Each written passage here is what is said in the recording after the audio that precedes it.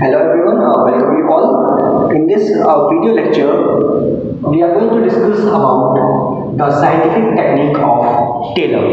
Okay, when we are talking about the scientific technique of Taylor, so as we all know that F.W. Taylor has given some of the management principles as well as some of the scientific techniques also, because he was acting there as a technician, as a, or you can say that technical engineer. Okay, so that is why he has applied that techniques in a scientific way in the management. Okay, so the first technique or the you can say that the first scientific technique of Taylor is functional foremanship. Okay, so in this technique, under the head of functional foremanship, the Taylor has described that in every factory there must be two departments. Okay, for example, if I am taking here you can say that factory.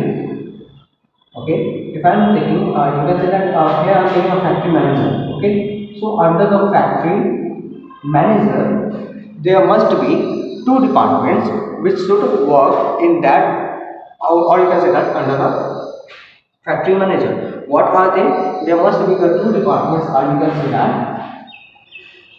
the planning in charge,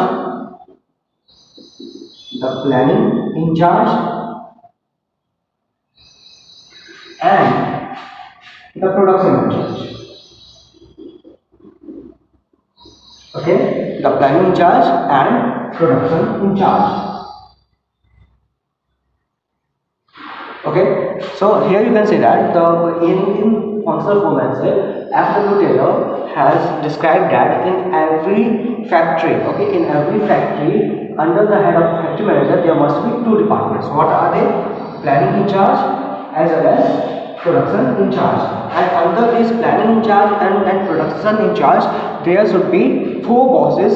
There should be four bosses under the planning charge and four bosses under the production in charge. Okay, देखिए अब इसके बाद आप समझिए simple language में कि F.W. Taylor ने ये कहा है कि कोई भी अगर फैक्ट्री है तो उस फैक्ट्री में फैक्ट्री मैनेजर के अंडर में दो डिपार्टमेंट्स होने चाहिए, एक प्लानिंग इंचार्ज होना चाहिए और एक प्रोडक्शन इंचार्ज होना चाहिए. ठीक है, अब समझिए ऐसा क्यों कहा गया है. ऐसा इसलिए कहा गया है क्योंकि जो प्लानिंग इंचार्ज होगा उसका काम होगा कि प्लान जो है सही तरीके से बने और सही तरीके से प्लान बना के उसको एग्जीक्यूट किया जाए.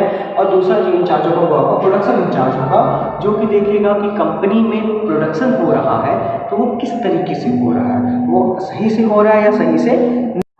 अब समझिए इस चीज़ को. अगर मैं बात करता हूँ प्लानिंग इंचार्ज की, तो प्लानिंग इंचार्ज के अंडर जो है वो चार मैनेजर्स होंगे, चार हेड्स होंगे, चार सुपीरियर्स होंगे. और चार सुपीरियर्स जो हैं कौन कौन होंगे वो देखिए. एक आपका होगा route clerk. Again this planning in charge is again divided into the four. Okay, first one will be the route clerk, the second one will be the, you can say that instruction card clerk,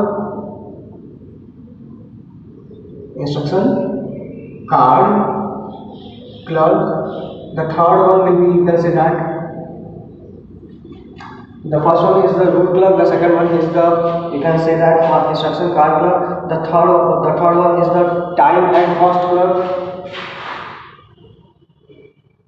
and the fourth one is disciplinarian. Okay, so now one by one we are going to see that what are the work of these superiors under the who are working in the planning in charge under the factory manager. Okay, अब हम इनके work को देखते हैं कि इनका work क्या है. तो पहला आपका रूट क्लर्क है. तो रूट क्लर्क क्या करता है? Route clerk is responsible to fix the steps. Route clerk आपको क्या करता है? रूट क्लर्क जो है वो स्टेप्स फिक्स करता है, सीक्वेंस बताता है कि किस सीक्वेंस में आपको कौन से वर्क को करना है. ठीक है, तो route clerk is responsible to set the sequence of steps that every worker has to follow. Next one is instruction card clerk. Instruction card clerk is responsible for giving general instruction, और you can say that instruction, देखिए नाम में ही mention है instruction. तो instruction card clerk का काम क्या है? इंस्ट्रक्शन कार्ड क्लर्क का वर्क है कि वो जो है जनरल इंस्ट्रक्शन देता है वर्कर्स को कि कौन सा वर्क जो है किस तरीके से होगा. क्लियर है। अब हम बात करते हैं third, time and cost club. So time and cost club is responsible to check the time as well as the cost incurred to do the work. किसी वर्क को करने में जो टाइम और जो कॉस्ट आपका इनकर करेगा उसको चेक करने के लिए जो सुपीरियर वहाँ पे बैठेगा उसको हम बोलेंगे टाइम एंड कॉस्ट क्लब।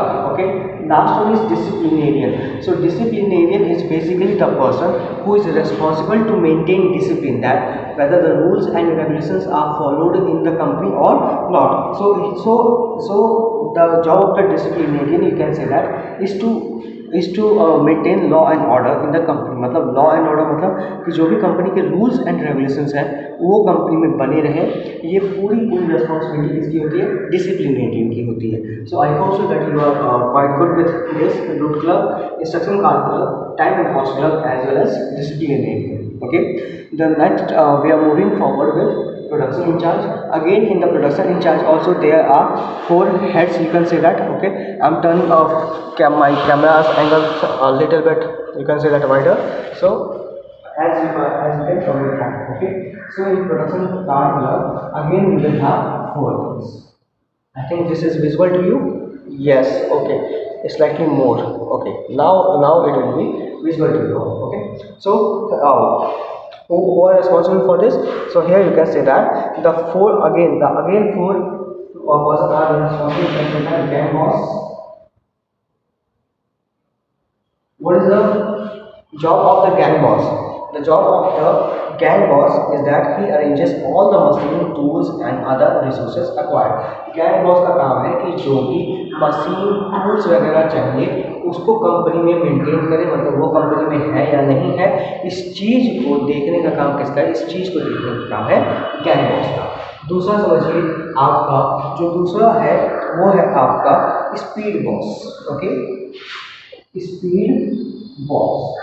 अब स्पीड बॉस को देखिए, speed boss is responsible to check the time of completion of the job. मतलब जो भी जॉब वर्कर को दिया गया है वो जॉब जो है वर्कर स्टिपुलेटेड टाइम, मतलब गिवन टाइम पे कंप्लीट कर पा रहे हैं या नहीं कर पा रहे हैं, उनका जो एक्यूरेसी है वर्क को कंप्लीट करने का, तो इस चीज़ को चेक करने का काम किसका होता है? स्पीड बॉस का। फिर आपका आता है एक और boss, that is considered repair boss.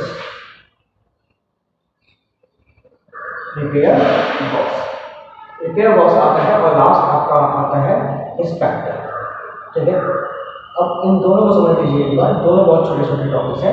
Repair boss का काम क्या है? रिपेयर बॉस का काम है कि कंपनी में जो भी मशीनरीज वगैरह है, अगर उनमें किसी तरीके का कोई भी फॉल्ट आता है तो उस फॉल्ट को जो है जल्दी से जल्दी सही किया जाए। ये किसका वर्क है? ये वर्क है आपके रिपेयर बॉस का। और लास्ट में आता है आपका इंस्पेक्टर। तो इंस्पेक्टर का वर्क क्या है? इंस्पेक्टर का वर्क है to check the quality of the product. Okay, जो भी प्रोडक्ट की क्वालिटी है वो कैसी है, मतलब वो जो है क्वालिटी स्टैंडर्ड को मीट कर रहा है या नहीं मीट कर रहा है, इसको चेक करने की रिस्पॉन्सिबिलिटी होती है हमारे इंस्पेक्टर। ठीक है, अब आप समझ गए होंगे कि जो फैक्ट्री मैनेजर है उसके, अब देखिए अब थोड़ा सा एक क्विक रिविजन इसका करता है। ठीक है, I think so that everything is visible. No, route clock is still missing.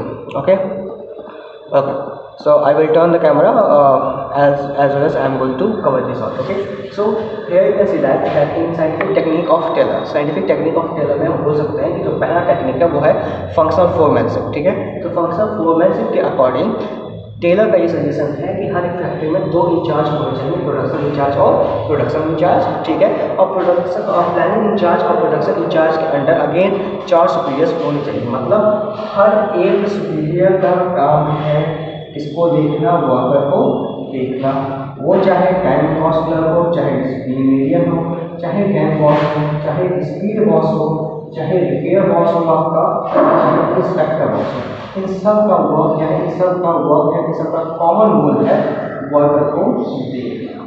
Okay, this all are responsible to guide the worker. Okay. इन सभी को गाइड करने का काम किसका, इन सभी को गाइड करने का काम है वर्कर का। अब इसको समझिए, एक बार और बात करते हैं। रूट क्लर्क का काम क्या है? रूट क्लर्क का काम है सीक्वेंस को सेट करना कि कौन सा स्टेप कब लिया जाएगा, कैसे प्रोडक्शन करना है, ये काम है रूट क्लर्क का। इंस्ट्रक्शन कार्ड क्लर्क का काम है कि वो जो है एम्प्लॉयज़ को इंस्ट्रक्शन देगा कि किस वर्क को कैसे परफॉर्म करना है, ठीक है। टाइम एंड कॉस्ट क्लर्क का काम है कि किसी भी वर्क को करने में कितना टाइम लग रहा है और उसमें कितने खर्चे आ रहे हैं, कितना कॉस्ट आ रहा है, उसको देखने का काम किसका है, टाइम एंड कॉस्ट क्लर्क का। डिसिप्लिनेरियन का वर्क क्या है? डिसिप्लिनेरियन का वर्क है कि वो वर्कर को देखेगा कि सारे वर्कर्स ऑर्डरली वे में परफॉर्म कर रहे हैं या नहीं परफॉर्म कर रहे हैं। अगर परफॉर्म कर रहे हैं तो वेल एंड गुड है, और अगर परफॉर्म नहीं कर रहे हैं तो क्या, तो फिर जो है उनके फाइल्स पेनल्टीज उनको सुधारने का काम करेगा। क्लियर है। अब बात करते हैं हम प्रोडक्शन इंचार्ज की। तो प्रोडक्शन इंचार्ज होने के पहला आपका गैंग बॉस है। गैंग बॉस का काम होता है आपका मशीनरी टूल्स वगैरह को जो है मतलब प्रोवाइड करेगा किसे, वर्कर को। स्पीड बॉस का काम क्या है? स्पीड बॉस का काम है कि वो जो है वर्कर को बताएगा कि उनके स्टिपुलेटेड टाइम क्या है, वो कितने टाइम में अपने वर्क को कंप्लीट करेंगे। रिपेयर बॉस का काम क्या है? रिपेयर बॉस का काम है कि मशीनरी वगैरह जो है सही से फंक्शन कर रहे हैं या नहीं कर रहे हैं, उसको देखना काम है। इंस्पेक्टर का काम क्या है? इंस्पेक्टर का काम है क्वालिटी ऑफ द प्रोडक्ट को चेक करना। Okay, so this is all about functional foreman.